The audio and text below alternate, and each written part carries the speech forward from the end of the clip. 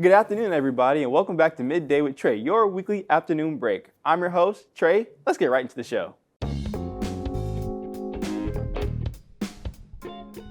Today's guest is an assistant professor in the Languages and Intercultural Studies department. She comes from a family of 3 generations of writers and literature teachers, and she was named the Arizona State University Badass Woman of the Year for 2018. Let's give it up for Dr. Edurne Beltrán. Well, thank you. Thank you for having me today. Yeah, it's so great to have you on the show. So could you tell the audience just a little bit about yourself? Yeah, so I'm from Spain. I was born in the Basque region, so I'm from the northern part of Spain. And I completed my bachelor's in Hispanic studies in Spain at Outtro University. And then I moved from there to the UK and then to Washington State, where I did my master's degree and my doctoral degree at Arizona State University. Okay, and where did this passion of teaching of yours come from? Well, as you mentioned, I am a 3rd generation of teachers and literature professors. So my grandfather was a teacher and a writer, so he was teaching linguistics and literature at high school level. Okay. And he had 8 children, and 6 of them are teachers and writers of the same subject. Books have always been at home, and my parents read a lot, and my brothers and myself. However, even since I was in high school, my teachers, or I don't know, just people around me would telling me, don't study languages, don't do literature, there is nothing you can do with that. You can do any other career and read in your free time. So I started medicine. And I only lasted like 3 months. Yeah, I immediately switched after that time because I realized I like it a lot, medicine, and I think I was good at it and all of that, but I wasn't happy. It wasn't my thing necessarily, and I knew my thing was languages and literature and teaching. Right. So I just didn't listen to anybody, and I had also people telling me, oh, the salary, the medical doctor salary is great, and you should consider that. But I think money is not everything at the end of the day. Right. I think happiness and knowing what's for you is better, and I'm so happy I didn't listen to anyone. Yeah, and my family supported me because anyway, most of them are from the same. They come from the same career. Right. My father actually, he was he is a doctor in veterinary medicine, so he couldn't really understand what's languages and all that. Yeah. And at the beginning, he was a little hesitant. But then when I saw it's actually my thing and I'm doing well in that field, he's now my biggest supporter, and he loves what I'm doing, and he tells everybody, and he kind of says his idea. So yeah, so that's and the message with that is like students should just do whatever they think is gonna make them happy. Right. No matter the conditions, no matter salary, anything, they will find a way. All those things they will come up with a solution eventually. Right. But first thing is to do what makes you happy. Definitely, I completely agree with that. So, reading your bio, it said you're very interested in digital world and digital culture. How does digital platforms such as social media play a role in international communication? That's a great question. Well, today, social media and digital platforms allow everything or mostly everything to go really fast, and we get news from all over the world just by opening your phone. Right. So that's also a really good technology for minority communities or for certain groups who are marginalized in our society. Right. So I became interested in that because the communities that are marginalized in today's society are also going to be marginalized online. So it's actually our responsibility to make advocacy for that. Some of the writers I work with are also from those communities, so they also have a voice in social media. And then it happens that other people or individuals who are marginalized, if they have access to social media, then they are able to find other people within the same community, so the community grows. And I think social media and technologies are a wonderful tool for finding a bigger community and for advocating for different reasons or different circumstances. Right. Okay. So do you implement some of those things, when you work with the social media on the LS department here at Coastal? Like, what things do you do specifically here that can, kind of go with what you just said? So for the LIS department, well, basically, I think it helps us to be connected to other departments and other units at the university, Right. so others can see what we do, and sometimes we can collaborate on different projects, or we can send our students to different departments because they are going to be doing some event or lecture that is related also Right. to what we teach. So I think it's a great work to have the social media here at Coastal. Definitely. So what do you think your favorite part of your job is like right now?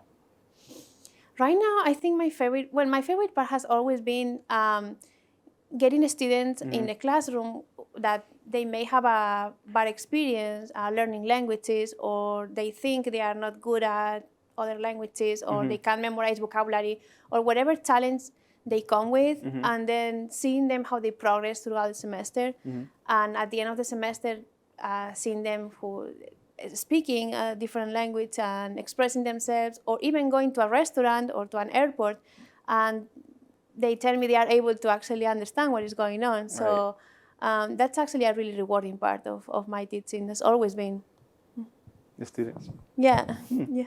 That's cool. I bet it is cool to see like their progress. I know when I was in Spanish, I had Professor Morales. Shout out Professor Morales. He was a great teacher. You know, he in high school I had a terrible experience with Spanish just because I don't know, the teacher, she was fresh out of college, and she kind of didn't want to be there. Not to bash or anything, but Professor Morales really did help me like learn, like, you know, there are other ways to learn different languages, even if you think you can't learn anything. Like you got to shift your brain in certain ways. You got to think different. So that is really cool.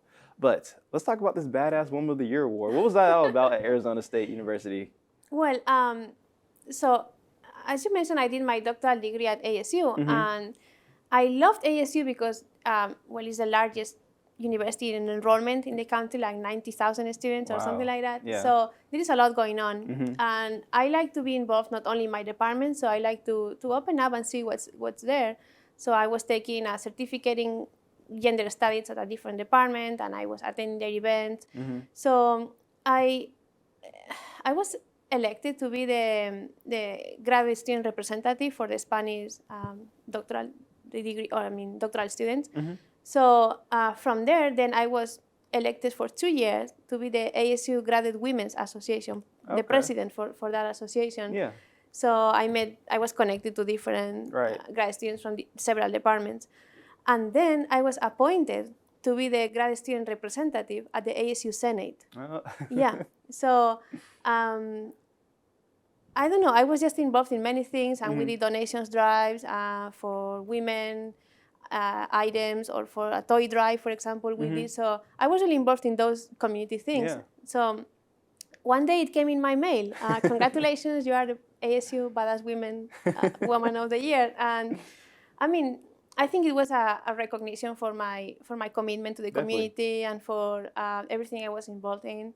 The award didn't come with any money. Yeah. It was more like the title. I think they gave me a sticker for my laptop. And they give me a T-shirt as well. And me and other women who were awarded, about 10 of us, I think, we were recognized at a basketball game. Okay. So we were in the TV for like a few minutes, Yeah. a few seconds probably.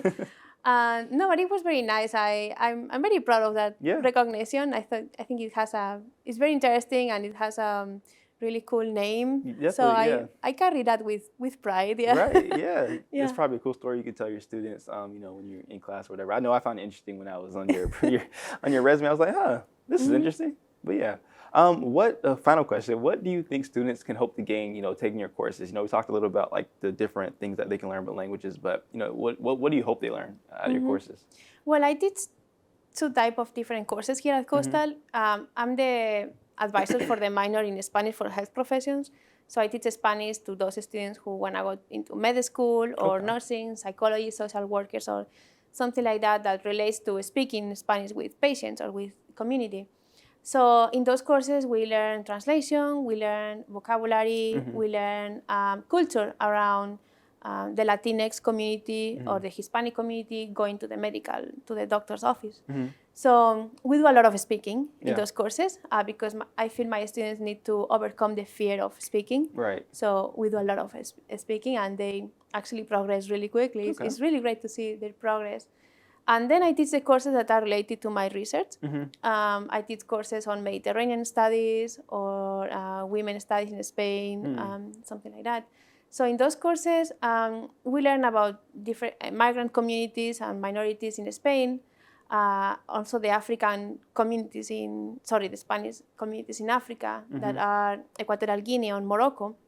So we work on journalism and we work on social media also and graphic novel, photography. So we work on those visual components. So that's what my students can expect. Yeah.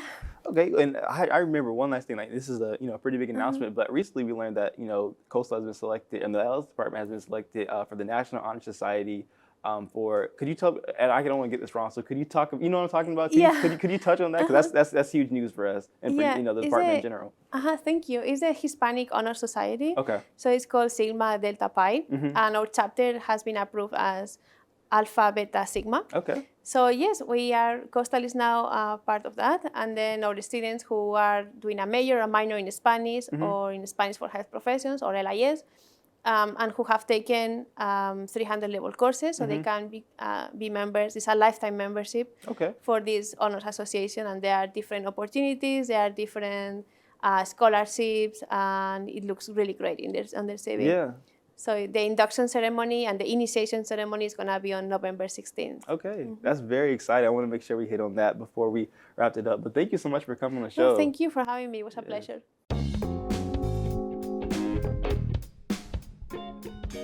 All right, it is that time again. Time for the hat of the week. For this week's hat, we are going to Uzbekistan. And this is a hat given to us lended to us by the LS department by Dr. Anna Oldfield, who is the chair of the department. And yeah, this is a very cool hat. I don't really know much knowledge about it. We know it's from Uzbekistan, and that's about it. It looks really cool. So this is the hat of the week. I won't have it on for the rest of the episode like I usually do because it does have to go back. But just know this is a very cool hat. You can't get this at Target. You can't get this at Trader Joe's. So you see it now, and it's about to be gone. So, yeah.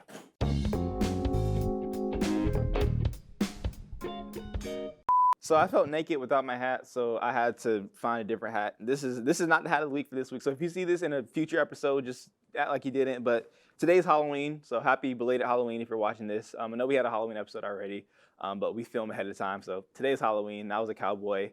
This is my hat. Custom fitted from Arizona, by the way. Pretty cool.